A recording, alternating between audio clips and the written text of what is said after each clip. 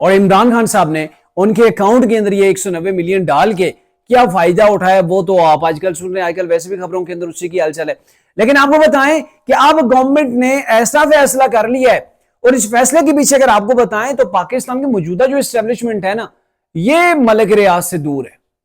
ملک ریاض ان کے اندر اپنا اثر رسوخ بنانے کے اندر ناکام رہے. ماضی کے اندر جو اسٹیبلشمنٹ رہی ہو، چاہے جوڈیشری رہی ہو، کوئی بھی آپ ادارہ اٹھا کے دیکھ لیں، وہ ملک ریاض اس کے اندر انوالو رہے. اب اچھا، ایک اور بھی جو افواہ گردش کر رہی ہے وہ یہ ہے کہ ملک ریاض انٹچبل کیوں ہے؟ کیونکہ آپ کو پتا ہے اس نے بڑی بڑی زمینوں کے اوپر جو کہا جا رہا ہے، جو رپورٹیں بتائی جا رہی ہیں گورنمنٹ کی جانب سے بھی، کہ اس نے بڑی بڑی سرکاری زمینوں کے اوپر قبضہ کیا ہوا ہے، پورے کا پورا معافیہ ہے. اور جو لوگ کہتے ہیں وہ یہ ہے کہ اس کو بچنے کی وجہ یہ ہے کہ آصف علی زرداری جو کہ سب کے اوپر بھاری ہوتے ہیں، ان کی اور ان کی آپس میں پارٹنرشپ. آئی ڈونٹ نو کہ پاکستان کے اندر ہے، دبئی کے اندر ہے، برطانیہ کے اندر ہے، کہاں پر ہے، لیکن ان کی جو ہے وہ وہاں پر آپس میں پارٹنرشپ ہے. اچھا، میں وہ ایک چیز مس کر کے بتانا آپ کو کہ عمران خان صاحب نے ان سی او کو ایک اور لیٹر بھی لکھا تھا،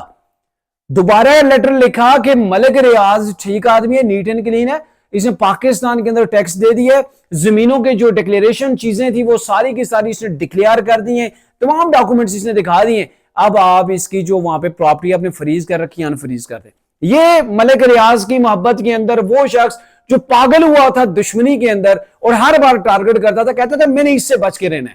یہ بندے کو خرید لیتا. اور پھر کیسے پھر ملک ریاض نے جادو دکھایا وہ آپ کے سامنے. اور اب خان صاحب 14 سال کی جو قید کاٹیں گے، وہ اسی چیز کا ان کو اب پھل ملنے جا رہا ہے. اچھا، یہ چیز ہو گئی. لیکن اب گورنمنٹ نے، آپ اندازہ لگائیں، پریس ریلیز جاری ہوئی ہے. وہ پریس ریلیز میں آپ کو پڑھ کے سناتا ہوں، نیب کے ترجمان کی جانب سے ہے. اور اس پریس ریلیز کے اندر کیا کہا گیا، اور اس کے بعد جو میری اسیسمنٹ ہے وہ میں آپ کے سامنے رکھوں گا. اس کے اندر یہ کہا گیا کہ نیب قومی احتساب کا ادارہ ہے جو کہ عوام کو دھوکہ دہی اور جعل سازوں کے ذریعے سے لوگوں سے ناجائز ہاؤسنگ سوسائٹی کے نام پر جو پیسے بٹورے جاتے ہیں ان عناصر سے کے متعلق جو ہے وہ آگاہ کرتا ہے. نیب کے پاس اس وقت پاکستان کے اندر بیریا ٹاؤن کے مالک ملک ریاض اور دیگر افراد کے خلاف دھوکہ دہی اور فراڈ کے مقدمات زیر تفتیش، یعنی کہ نیب کے اندر یہ مقدمات ہیں ان کے دھوکہ دہی کے، فراڈ کے، ملک ریاض اور ان کے جو حواری ہیں ان کے اوپر. نیب کے پاس اس بات کے مضبوط شواہد ہیں. اب نیب یہاں پہ یہ چیزیں دکھا رہا ہے کہ ملک ریاض اور ان کے ساتھیوں نے بیریا ٹاؤن کراچی کے نام کے اوپر اور راولپنڈی نیو مری میں سرکاری اور نجی پراپرٹی زمینوں کے اوپر انہوں نے وداؤٹ این او سی جو وہ قبضہ کیا ہوا ہے. یہ نیو مری، راولپنڈی اور کراچی کی بات ہو رہی ہے. اور یہ کہا جا رہا ہے کہ ملک ریاض نے بغیر اجازت کے ہاؤسنگ سوسائٹیز جو وہ قائم کر کے لوگوں سے اربوں روپے کا فراڈ کیا ہے. اس کے ساتھ ساتھ یہ بھی کہا گیا کہ ملک ریاض نے بیریا ٹاؤن کے نام پر پشاور اور جام شوروں میں بھی زمینوں پر ناجائز قبضے کر کے بغیر انوسی ہاؤسنگ سوسائٹیز کا قیام کیا ہوا ہے. ملک ریاض بھی لوگوں سے دھوکہ دہی کے ذریعے بھاری رقم جو ہے وہ حاصل کر رہے ہیں.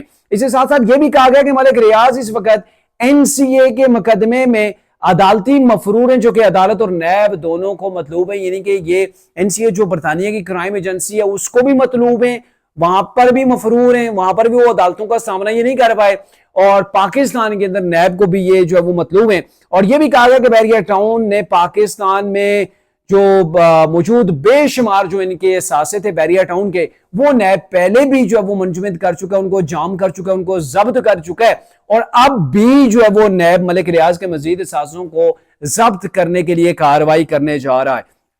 مزید جو ہے وہ ترجمان کی جانب سے یہ بھی کہا گیا کہ ملک ریاض عدالتی مفرور کی حیثیت سے دبئی میں ابھی موجود ہیں. اور ملک ریاض نے حال ہی میں دبئی کے اندر لگژری اپارٹمنٹ کی تعمیر کا ایک پروجیکٹ شروع کیا ہے. عوام الناس کو یہاں پہ ایک پیغام دیا گیا ہے کہ عوام الناس اس حوالے سے ان کو تنبیہ کی جاتی ہے کہ مذکورہ پروجیکٹ کے اندر کسی قسم کی سرمایہ کاری کرنے سے اپنے آپ کو بچائیں، اجتناب کریں.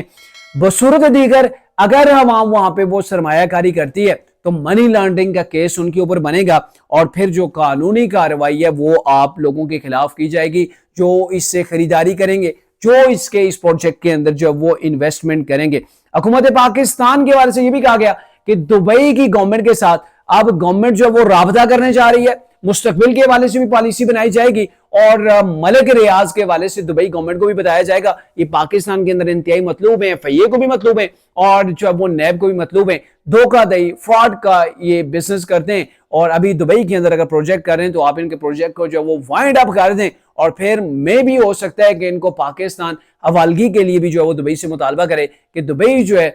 ملک ریاض کو پاکستان کی گورنمنٹ کے حوالے کر دے. اب اچھا ماضی کے اندر جو ان کے اوپر ہاتھ ڈالا جاتا رہا اس کے اندر کمی اس چیز کی تھی کہ مکمل ایسے جس انداز کے اندر ابھی نیب یہ بتا رہا ہے کہ ان کے اوپر فلاں جگہ کے کرپشن کے کیسز ہیں اور نیز دبئی کے حوالے سے بھی لوگوں کو بتایا جا رہا ہے کہ اس کی جو سوسائٹیز ہیں اس کے اندر آپ نے انویسٹمنٹ نہیں کرنا, نہ ہی خرید و فروخت کرنی ہے. اور ابھی جس لیول کے اوپر ہاتھ ڈالا گیا ہے یہ ماضی کی اسٹیبلشمنٹ بھی نہیں ہے. اور مجھے یوں لگ رہا ہے کہ جیسے عمران خان صاحب, فیض حمید اور دیگر بڑے تگڑے لوگ ابھی جو ہے وہ قانون کے سامنے, قانون کے شکنجے کے اندر آئے ہوئے ہیں, آنے والے دنوں کے اندر ملک ریاض ابھی شکنجے کے اندر جو ہے وہ پھنستے چلے جائیں گے. اور ریسنٹلی جو ایکٹیویٹیز پاکستان کے اندر ہو رہی ہیں, جو ڈیولپمنٹ ہو رہی ہیں, جو پاکستان کی اسٹیبلشمنٹ ابھی جو ہے وہ جب سے نئی اسٹیبلشمنٹ آئی ہے, نئے آرمی چیف آئے ہیں, نئی پاکستان کی گورنمنٹ آئی ہے, تو جیسے آپ نے دیکھا ایف آئی اے متحرک ہوا, کیسے وہ ڈالر جو وہ بلیک کرنے والوں کے خلاف کارروائیاں ہوئی, ڈالر کو ذخیرہ کرنے والوں کے خلاف ہوئی, دیگر ایسے عناصر جو پاکستان کی معیشت کو کمزور کر رہے تھے ان کے خلاف کارروائیاں ہوئی. تو اب میرے خیال میں اب نمبر جو اگلا ہے وہ ملک ریاض کا ہے, لیکن آنے والے دنوں کے اندر اس کے بعد سے پتہ لگ جائے گا کہ ملک ریاض اس بار بھی مکھن کی طرح ان کیسز سے نکل جاتے ہیں, فائلوں کو بند کروا دیتے ہیں, یا اب کی بار ملک ریاض کی خیر نہیں ہے. کہتے ہوتے ہیں نا کہ بکرے کی ماں آخر کب تک خیر منائے گی. اور ان کے اوپر الزام ہے کہ انہوں نے بہت بڑی پاکستان کی وہ زمینیں جن کے اوپر انہوں نے قبضہ کیا ہوا ہے, اور قبضے کے لیے میں نے آپ کو پہلے بتایا ان کے پاس کون سی وہ ٹرک ہے. تو وہ ٹرک جو ان کے حوالے سے بتائی جا رہی ہے وہ یہ ہے کہ ملک ریاض جب بھی اگر کوئی فوج سے ریٹائر ہو کے باہر نکلتا ہے نا, بیریا ٹاؤن آپ دیکھیں, بیری فوج سے انہوں نے نام لیا تھا اور انہوں نے تو لوگوں کو اندر جو وہ پلاٹ بانٹتے رہے اس وقت. تو اب یہ ہے کہ ان کا طریقہ کار یہ ہے, اگر کوئی فوج سے ریٹائر ہوتا ہے, کوئی بڑے عہدے کا افسر ریٹائر ہوا ہے, تو اس کے کو اپروچ کیا جاتا ہے, اس کو اپارٹمنٹ وغیرہ جو ہے وہ کہا جا رہا ہے کہ وہ دی جاتی ہیں, یہ ساری چیزیں فیسلٹی دی جاتی ہیں, اور پھر اس کے فوج کے اندر جو اثر رسوخ ہیں ان کو استعمال کر کے فائدہ حاصل کیا جاتا ہے. ایسے ہی سیاستدانوں کے اندر بھی ہے, ایسے دیگر جو بیوروکریٹس ہیں ان کے معاملہ بھی ہے, اور ایسے ہی جوڈیشری کے حوالے سے کہا جاتا ہے کہ یہ بڑے بڑے جو ججز ہیں جو ریٹائر ہو جاتے ہیں ان کو اپروچ کرتے ہیں, پھر ان کے جو اس جوڈیشری کے اندر لنک ہوتے ہیں ان کو استعمال کرتے ہوئے یہ اپنی فائلیں جو ہے وہ ان کو پہیے لگواتے ہیں اور اپنے پھنسے ہوئے کام سارے کے سارے حل کرواتے ہیں. تو یہ ان کا واردات کا طریقہ ہے.